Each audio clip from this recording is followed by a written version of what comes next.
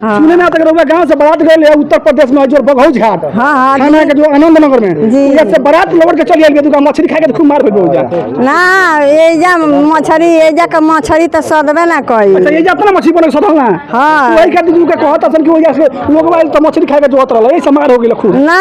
हां फालतू बोलता लो झूठ घटना हो।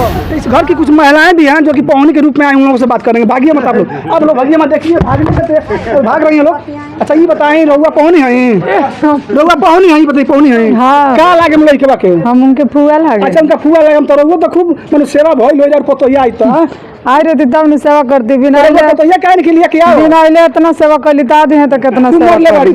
हां जब कि भतीजवा का मतलब कि इनकर उनके साथ लागेली इतना सब के से अपना भाई पर्दार से चुप है उनका से इतना रात दिन फोन से बतियावा सब चीज। हां रुपया पैसा सब फोन से बतियावा से बताई है ना।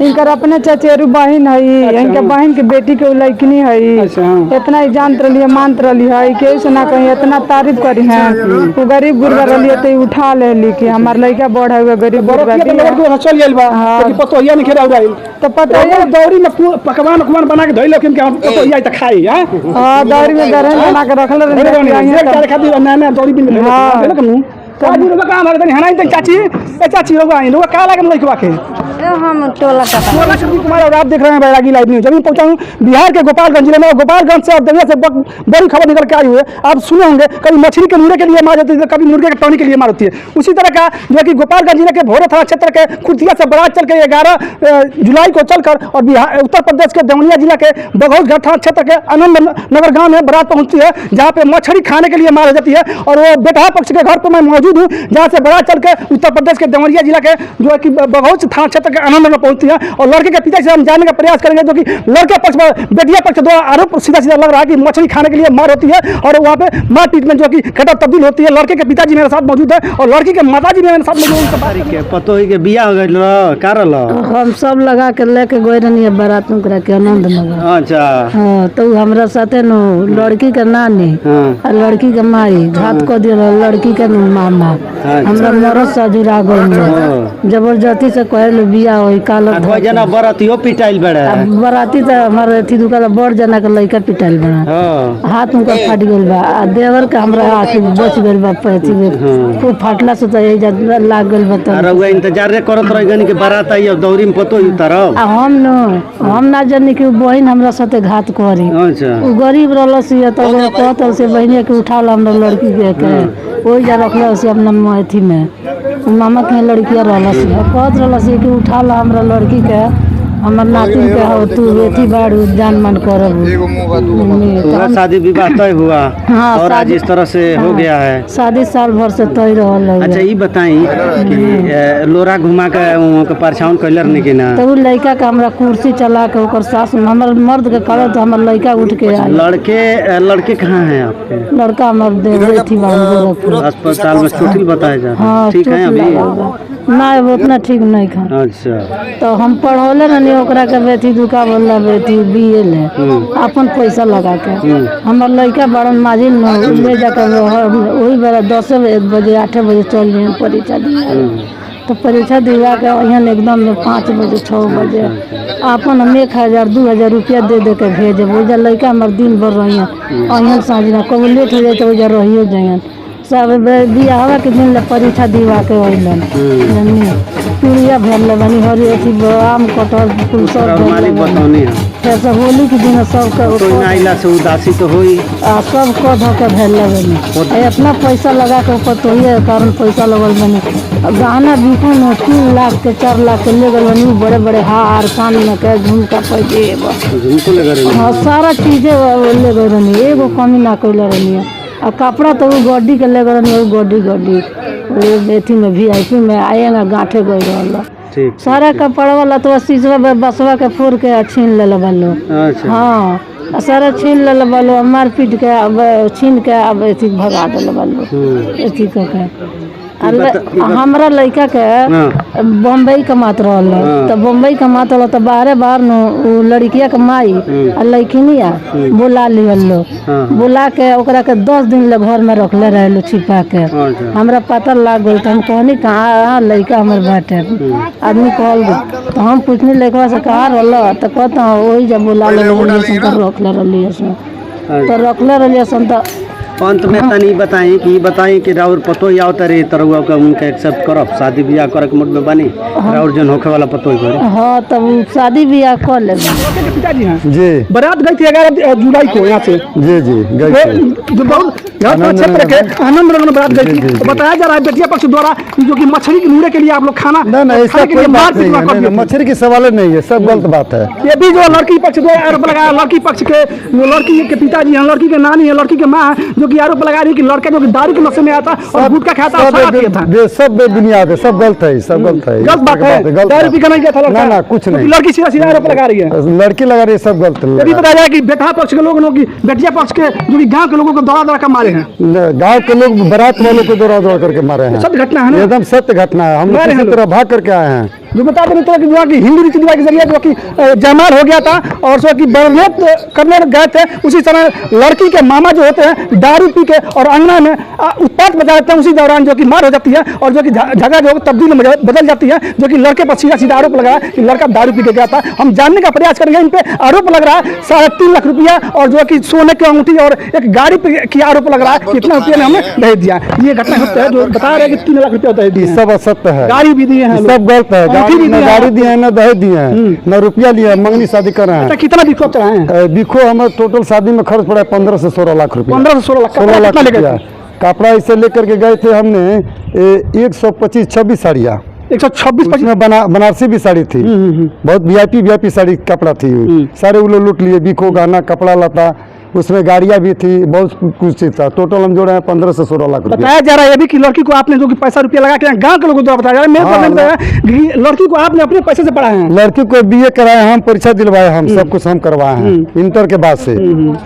और पीड़िया हरिहरी सब हम भेजे हैं। आप भेजे हैं? हम भेजे हैं। अच्छा कितने लोग उसमें घायल हैं? जो बताया जा रहा है कि आपके भाई को 8 से 10 आदमी घायल हैं। खूब मर ले खूब मार पीट की है, कुर्सी से लोहे की कुर्सी से लोहा से और लाठी डंडा से जो जिसके हाथ में मिला उसी से मारा है सब। खूब मारा है, खूब मारा। लड़का यही बताया जा रहा है कि लड़के को इतना काफी चोट लगा है कि लड़का इस समय गोरखपुर एम्स में हॉस्पिटलाइज है, उसका इलाज चल रहा है। जी एकदम ही सत्य घटना है। अभी लड़का 3-4 रोज के बाद ही आएगा वो। जो कि लड़के के साथ रखें कि ना रखें? देखिए अब तो बात की बात है, रखने के लिए तो तैयार है। लड़की आरोप लगाती है सीधा सीधा आपके। लड़की आरोप लगा रही है ग्राम प्रधान के द्वारा आरोप लगा, ग्राम प्रधान के दबाव पर कह रही है। ग्राम प्रधान ही बात कह रहे हैं कि हम 30 लाख रुपया दिलवाएंगे, आप टाइट रहो, ऐसे बात बोलो। अच्छा डिमांड कर रहे हैं? हाँ डिमांड कर रहा है। 30 लाख रुपया लेंगे, 15 लाख रुपया आपको देंगे, 15 लाख रुपया हम लेंगे। और अभी कह रहे हैं कि हमको 2 लाख रुपया दीजिए जो कि हम आपका शादी करवा देंगे, लड़की को विदाई करवा देंगे। अच्छा डिमांड कर रहे हैं? डिमांड कर रहे हैं। उसमें मुकदमा हो गया था। हाँ मुकदमा, वो भी पिटीशन लोग दिए हैं, उन लोग का मुकदमा हो चुका है, हम लोग भी पिटीशन दिए हैं। वीआईपी ये भी हाँ, ले गए, हाँ, मतलब सूटकेस और पेटी बचा हाँ वीआईपी सब लेकर गए, वीआईपी लेकर के गए थे 17,000 रुपया का। सारा लोग लूट लिया, सब सारे लोग घर में लोग बंद करके बहुत मार मारे। बक्सा का जो तोड़ दिया है, जो कि ये भी बताया कि बस जो गया बस का शीशा भी यहाँ से दौड़ करके सब फोड़ दिए। अच्छा ये मछली के मुड़ा का दिमाग भर रहा है कि इस तरह का कोई बात नहीं है, सब गलत है। ग्राम प्रधान के द्वारा सजी से रचा जा रहा है। तिलकवा चढ़ा गया जो तोरबा का खेल रहनी। हम तो ऐसे मछली दही चिवड़ा पूरी सब्जी वगैरह खिलाए तो थे। वही बतिया के लेके कहतल कि देखिए कोई मुद्दा नहीं बना था तो ग्राम प्रधान ही षड्यंत्र रच करके ही मुद्दा बना रहा है फंसाने के लिए। सब ग्रामीण प्रधान के द्वारा हो रहा है। अच्छा लड़के के जो पिताजी हैं उनके एक मित्र हैं, दोस्त हैं, उनसे भी जानने का प्रयास करेंगे। हालांकि वो भी सहमति बन के गए थे। लोगों के लोगों पिटाई दुकान पिटाई रहनी जा झगड़ा खूब भइल बटे, खूब झगड़ा मछली खाती झगड़ा नहीं तो का के भइल मछली खाए के बेरा कोनो झगड़ा नहीं है भाई। पूरा बाराती खाना खा चुकल बड़े, द्वार पूजा हो गई बा, जयमाल हो गई बा। जयमाल से हम लोग फिर बाराती में आए जहाँ बारात टिकी थी। सारे सभी गाड़ी जाने वालों को बैठाए, सारी गाड़ियों को छोड़ दिए, सभी लोग चले गए। घर के लोग थे, 2-4 मित्र थे, वो आए। गुरहाथन का एक रस्म होता है जिसमें बिखो को चढ़ाया जाता है, वही रस्म पूरा करने के लिए दरवाजे पे आए। उन्होंने बोला कि 10 मिनट बैठिए, वहीं बैठे थे।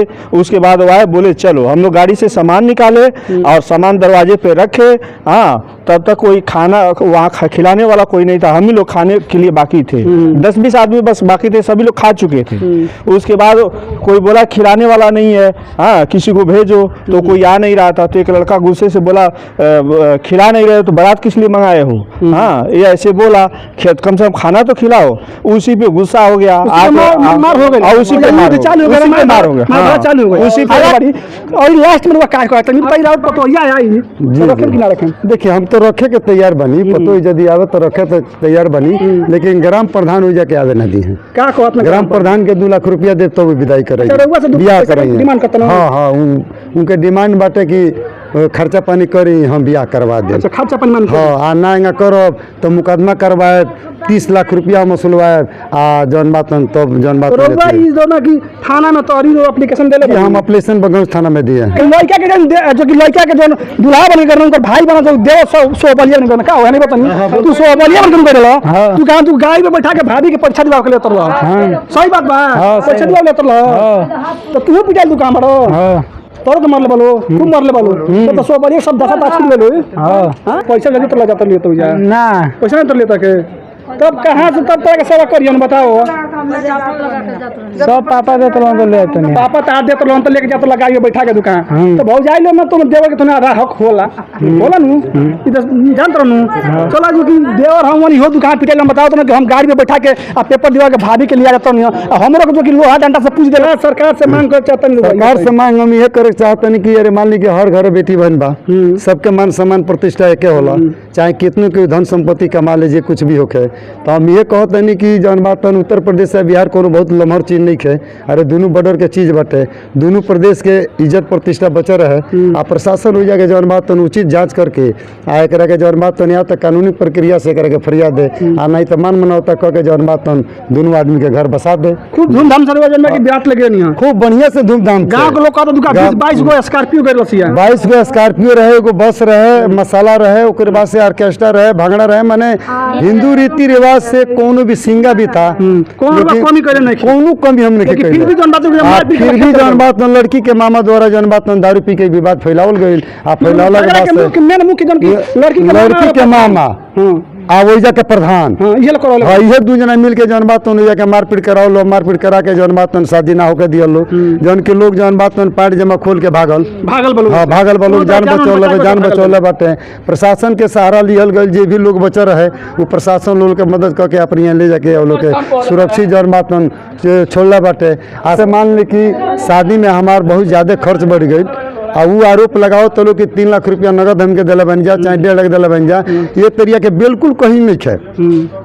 तो अपाची गाड़ी जौन ले मैंने देखिए अपाची गाड़ी तो हम पथरदेवा से अजय कुमार नायक बाबा के यहाँ से हम अपन पैसा दे के फाइनेंस करवा बने जौन के हमारे अकाउंट से कट जाला और ईएमआई बा 4,981 रुपया जमी 11/6/1923 में हम गाड़ी कसौले बने आजू के फाइनेंस में डेट बटे।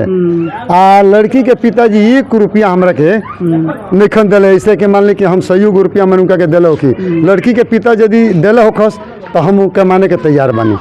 उनके गरीबी जान के और रिश्तेदार जान के हम एगो समाज में मिसाल कायम करे खातिर मंगनी शादी हम कैनी, मंगनी हम शादी कैले बानी। केहू वो तरीका के नहीं वो तरीका के प्रधान के मैंने केहू कहे के मैंने हम पैसा ही दे के हेंगा कैले बनी चाहे बात बाटे। सब भी जितना साजिश रचल जाता ये ग्राम प्रधान के द्वारा रचल जाता, लड़की से बुलवावल जाता, लड़की पर दबाव बनवावल जाता, जबकि लड़की BA कैलस होकर परीक्षा दिवनी एडमिशन करौनी सब करावला के बाद भी ये सब जौन बात आज हमारा दिन ही देखे के पड़त है। काफी स्मार्ट सुंदर एक्सेप्ट कर ले ना सुंदरता की बात नहीं है, मान लीजिए सुंदर अरे गोर हो चाहे सांवर हो इंसान है ना है, इसलिए हम गोर और सांवर से मतलब नहीं है, उसका रहन स्वभाव चाल चलन रिश्तेदारी वगैरह के लेकर के हमने जो है सो एक्सेप्ट कर लिए, शादी का हम सम्मान मनौता कर लिए और शादी हम किए हैं, उनके देने से थोड़े हम शादी कर रहे हैं।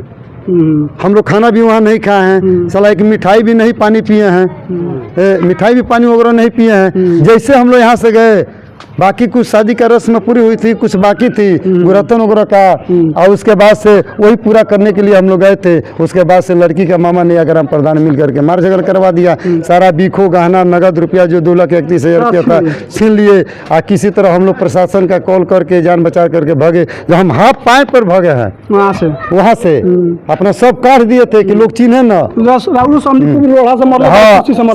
समझिन तो लड़के के मार दिली लोहा के कुर्सी चला के ब्रेन पर, आ लड़का उजा गिर गई आ जब उनका हम डटनी तो 71 की भाव बनोला बाटे वो समझ 71 की भाव बनोला बाटे जौन सा दिन 10 दिन हाँ 10 दिन वो लड़का के 10 दिन रख के खियौली पियौली लेके सुतौली सब कुछ कैली वही लड़का के समझी जन बात मारपीट के घाई कर देली एबरा लड़का एम्स में बा के इलाज चलत ताटे जन बात 3-4 दिन के बाद डिस्चार्ज हुई आई ओकर बाद से आप लोग से भी हम लड़का से बात करवाए भेंट करवाए ओ तरिया के लड़का बम्बई रहा रुपया कमात रहो तो जब तो 4,000 5,000 2,000 फोन करी लो बात करी लो तो लड़का भेज दी ओकर भी हमरा लगे डिटेल्स बाटे चली वो सब देख सकता नहीं ये जो घर है यहाँ पे ये देखिए आई मार के आई गए रहनी बारात करे नो कहाँ गए रहनी है? का नाम है आपके? राजकुमार सर राजकुमार शर्मा। कहाँ गए रहनी बारात करे? आनंद ने तो का भइल बा है? अब वो जन भइल बा तोर सामने लोगते बाटे तब एकरा को कुर्सी खइले बानी को लोहा रहुआ खइले बानी? कुर्सी के गिन त जब कि तड़तड़ा के कुर्सी है तो हां वो बरा तो हंसिया ना निकलत हो जब ने बरा निकलता हंसी ऊपर निकली कि भाई के रास्ता लोग देखी वो रास्तो ना मिलत हो बरखा होता हो शायद अब आराम है बड़ा बात तो नहीं हंसिया निकलता ना। अच्छा तो आप देख सकते हैं बाराती हैं स्पष्ट चोट है और ये चोट को चोट है और रात में 12-1 बजे 2 बजे ऐसा ही कुछ घटना हुई है उसी समय इन लोगों को दौड़ा कर 11 जुलाई के बारात जाता है और बारात गए के बाद वहाँ मारा मारी होता है और जो कि वहाँ से बारात वापस चली जाती है। तो हम नेक्स्ट वीडियो में दिखाने का प्रयास करें, तब तक के लिए जय हिंद जय भारत।